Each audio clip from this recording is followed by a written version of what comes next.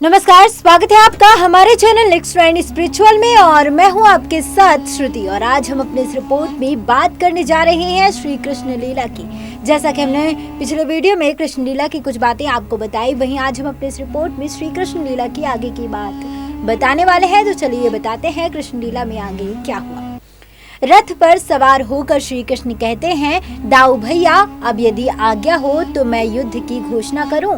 फिर श्री कृष्ण अपना 5 जन्य शंख बजाते हैं। उसके भयंकर नाद से हाहाकार मच जाती है। जरासंध कहता है, ये क्या है महाराज शल्य, ये तो युद्ध की घोषणा है, आत्मसमर्पण नहीं। शल्य कहता है, सम्राट ये तो धोखा है। यह सुनकर जरासंध चीख कर कहता है, आक्रमण। तभी भगवान श्री कृष्ण अपने सुदर्शन चक्र को संकेत करते हैं तो वह सेना के ऊपर छा जाता है। श्री कृष्ण अपने बाणों से जरासंध, शल्य और बाणासुर के साथ मनोरंजन करते हैं। तो उधर बलराम अपने हल और मूसल से सेना का संहार करना प्रारंभ कर देते हैं। अक्रूर जी और उनके सैनिक भी अपना अपना मोर्चा संभाल लेते हैं। चक्र भी घूम घूम कर सेना का संहार करने लगता है। फिर बलराम जी अपने हल को बड़ा करके उससे एक महारथी को रथ सहित उठाकर फेंक देते हैं। वह रथ सहित नीचे गिरकर भाग जाता है। श्री कृष्ण भी अपना बाण चलाकर बाणासुर को रथ से नीचे गिरा देते हैं और शल्य को शस्त्रहीन कर देते हैं और दोनों रण से भाग जाते हैं। कोई भी नरेश नहीं रुक पाता। जरासंध भी देखता है कि किस तरह से बलराम जी अपने हल से सेना का संहार कर रहे हैं। दूसरी ओर श्री कृष्ण शल्य के रथ में आग लगा देते हैं। वह भी रथ से उतरकर भाग जाता है। जरासंध सुदर्शन चक्र के संहार को भी देखकर भयभीत होता है। अपने चारों ओर सैनिकों की लाशों के ढेर देखकर वह कुछ समझ नहीं पाता है कि यह क्या हो रहा है। बलराम जी जरासंध को अपने हल से रथ से नीचे गिरा देते हैं तो वह गदा लेकर बलराम जी की ओर दौड़ता है। फिर बलराम और जरासंध में गदा युद्ध होता है। दोनों का गदा युद्ध देखने के लिए श्री कृष्ण और अक्रूर जी खड़े हो जाते हैं। उधर घायल बाणासुर और शल्य आदि कहते हैं कि सम्राट अकेले रह गए हैं, हमें उनकी सहायता के लिए आगे जाना चाहिए। सभी कहते हैं, चलो एक साथ धावा करते हैं। तभी सुदर्शन चक्र देखकर वे सभी भाग जाते हैं। अक्रूर जी और श्री कृष्ण ये देखकर प्रसन्न हो जाते हैं। बता दें कि बलराम जी कहते हैं, अब तो हिल भी नहीं सकता, अब देखना इस ग्वाले की गदा का प्रहार। वह जरासंध के सिर पर मारने ही लगते हैं कि श्री कृष्ण उनकी गदा पकड़कर कहते हैं, रुक जाओ दाऊ भैया। श्री कृष्ण बड़ी मुश्किल से दाऊ भैया को रोकते हैं। श्री कृष्ण कहते हैं, नहीं दाऊ भैया, इस समय ये बेचारा निहत्था है, ये बेसहारा है दाऊ भैया, और किसी निहत्थे शत्रु पर वार करना आप जैसे वीर को शोभा नहीं देता। इस बेचारे की सारी सेना मारी गई है, इसके साथी दुम दबाकर भाग गए हैं। भूमि पर पड़ा जरासंध भयभीत होकर यह दृश्य देखता रहता है। बलराम जी उसे लात मारकर कहते हैं, जा, छोटे के कहने पर छोड़ देता हूँ तुझे, फिर कभी अपनी वीरता की डींग मत हाँकना। यह सुनकर जरासंध कहता है, देख लूंगा तुझे। तब बलराम जी लात मारकर कहते हैं, उठ उठ। जरासंध के चेहरे पर भय और क्रोध दोनों ही झलकते हैं। वह खड़ा होकर चारों ओर देखता है तो उसे लाशों के ढेर नजर आते हैं और वह खुद को अकेला पाता है। फिर श्री कृष्ण कहते हैं कि एक हारे हुए शत्रु पर दया करना आप जैसे परम वीर को ही शोभा देता है। फिर श्री कृष्ण मुस्कुराते हुए जरासंध की ओर देखकर कहते हैं, महाराज जरासंध, जाइए, अपनी राजधानी को लौट जाइए, परंतु आपका सारथी तो रथ छोड़कर भाग गया है, इसलिए आपको अब मगध तक पैदल ही जाना पड़ेगा। यह कहकर श्री कृष्ण और बलराम व्यंग्यात्मक तरीके से हंसते हैं। फिर श्री कृष्ण कहते हैं कि महाराज जरासंध का रथ बड़ा सुंदर है, क्यों न इसे मथुरा ले चले, नगर के बालक इस पर सवारी करेंगे तो बड़े प्रसन्न होंगे। यह सुनकर जरासंध खुद को अपमानित महसूस करता है। अक्रूर जी कहते हैं, जो आज्ञा महाराज। फिर अक्रूर जी जरासंध का रथ लेकर चले जाते हैं। यह देखकर जरासंध लज्जित हो जाता है। तब श्री कृष्ण कहते हैं, महाराज जरासंध, आपको तो भूख भी लग रही होगी, परंतु चिंता करने की कोई बात नहीं, हमारे राज्य के लोग बड़े दयालु हैं, जिस गांव में जाकर भीख मांगोगे वही मिल जाएगी।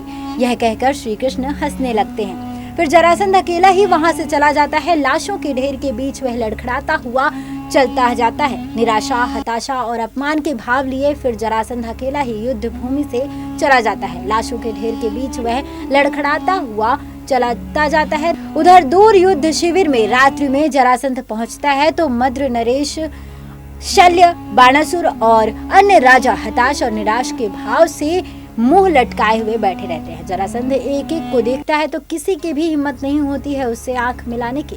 वह भी घायल अवस्था में चुपचाप एक पत्थर पर बैठ जाता है। तब एक राजा कहता है, मित्र, इतिहास साक्षी है कि बड़े बड़े राजाओं और वीरों को भी पराजय का मुंह देखना पड़ा है।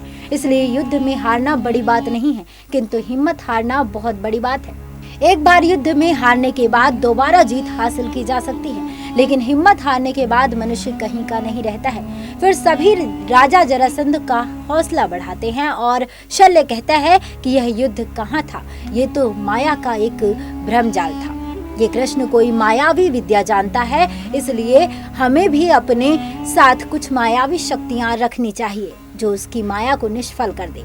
यह सुनकर जरासंध सहमति में गर्दन हिलाता है। शल्य आगे कहता है कि और उसका प्रबंध भी हो सकता है। तब एक राजा रुक्मी कहता है कि हम सब आपके साथ हैं और 1 वर्ष के भीतर अब सभी अपनी सेना एकत्रित करके उन यदुवंशियों से बदला अवश्य लेंगे। जरासंध यह सुनकर कहता है, अपमान, घोर अपमान, अपमानित हुआ हूँ मैं रुक्मी, अपमान की चोट को सहना बहुत कठिन है।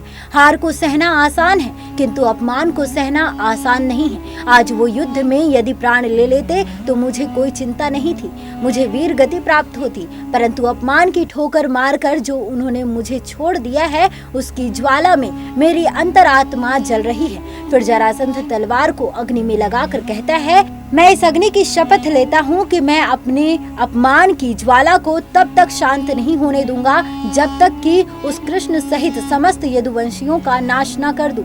इधर मथुरा में विजयी उत्सव प्रारंभ हो जाता है। रथ पर सवार भगवान श्री कृष्ण का भव्य स्वागत होता है। बलराम जी साथी रहते हैं। नृत्य, गान और दीप से समूचा मथुरा जगमग हो जाता है। सभी उनकी आरती उतारकर उनका स्वागत करते हैं। उधर इस युद्ध में मथुरा के विजय का समाचार हस्तिनापुर पहुंच जाता है। भीष्म पितामह कहते हैं धृतराष्ट्र से कि मथुरा की इस विजय ने यह सिद्ध कर दिया है कि विजय सदा धर्म की होती है और धर्म का आधार है सत्य। विदुर सहमति में गर्दन हिलाते हैं। फिर भीष्म कहते हैं कि मैं इसीलिए सदा कहता आया हूँ कि सत्य और धर्म का मार्ग कभी नहीं छोड़ना चाहिए। एक भूल जो हमने की है कि इस युद्ध में मथुरावासियों का साथ ना देकर उनके शत्रुओं का साथ दिया, उसका परिणाम ये है आज हम मथुरा को मुंह नहीं दिखा सकते। इस पर धृतराष्ट्र कहते हैं कि हमने तो कोई जरासंध का साथ नहीं दिया, ये आप किस तरह की बातें कर रहे हैं। तब भीष्म कहते हैं कि आपकी नियत पर आप अपने भीतर झांक कर देखें कि आपने क्यों मथुरा का साथ नहीं दिया। इसलिए कि आप चाहते थे कि पांडवों का साथ देने वाला कोई न हो और आप अपने पुत्र को युवराज घोषित कर दें। यह सुनकर धृतराष्ट्र कहते हैं कि हमने तो अभी तक यह नहीं सोचा कि किसे युवराज घोषित करना है। तब भीष्म कहते हैं कि राजकुमारों की शिक्षा पूरी हो गई है, फिर आप अब युधिष्ठिर को युवराज क्यों नहीं घोषित करते हैं। तब धृतराष्ट्र कहते हैं कि हम अभी से उन बालकों के मन में ईर्ष्या के बीज नहीं बोना चाहते हैं। उधर बलराम के साथ बैठे बैठे श्री कृष्ण जोर से हंसते हैं तो बलराम पूछते हैं किस बात पर हंस रहे हो। इस पर कृष्ण कहते हैं कि महाराज धृतराष्ट्र की चतुराई पर, किस तरह वह युधिष्ठिर को युवराज घोषित करने की बात को हर बार टाल जाते हैं, शायद इस आशा से कि बाद में कोई ऐसा रास्ता निकल आए जिससे उनका पुत्र दुर्योधन राजा बन जाए। तब बलराम पूछता है कि ऐसा भी कोई रास्ता है उनके पास। यह सुनकर श्री कृष्ण उठकर थोड़ा गंभीर होकर कहते हैं, रास्ता तो एक ही है, विनाश का रास्ता, कुरुवंश के विनाश का रास्ता। यह सुनकर बलराम भी खड़े हो जाते हैं और कहते हैं, कुरुवंश का विनाश कब और कैसे। तब श्री कृष्ण कहते हैं, अभी उसका समय तनिक दूर है दाऊ भैया, अभी से उसकी चिंता मत करो। फिर बलराम कहते हैं, तो क्या जरासंध की चिंता करूं। कृष्ण कहते हैं, नहीं दाऊ भैया, उसकी भी आवश्यकता नहीं है, क्योंकि अभी जरासंध भी 1 वर्ष तक लौट कर नहीं आने वाला। इसलिए भाग्य के चक्र को देखते जाओ और मौज करो। यह सुनकर बलराम हंस देते हैं। इसलिए भाग्य के चक्र को देखते जाओ और मौज करो। यह सुनकर बलराम हंस देते हैं। आगे क्या हुआ बताएंगे आपको अपने अगले वीडियो में। बता दें कि हमें पूरी जानकारी वेबसाइट्स और अन्य जगहों से प्राप्त हुई है। ये जानकारी आपको कैसी लगी आप हमें कमेंट बॉक्स में कमेंट कर जरूर बताएं और इस वीडियो को ज्यादा से ज्यादा लाइक करें, शेयर करें और चैनल को सब्सक्राइब करें और देखते रहिए नेक्स्ट ट्रेंड स्पिरिचुअल। जय श्री कृष्ण।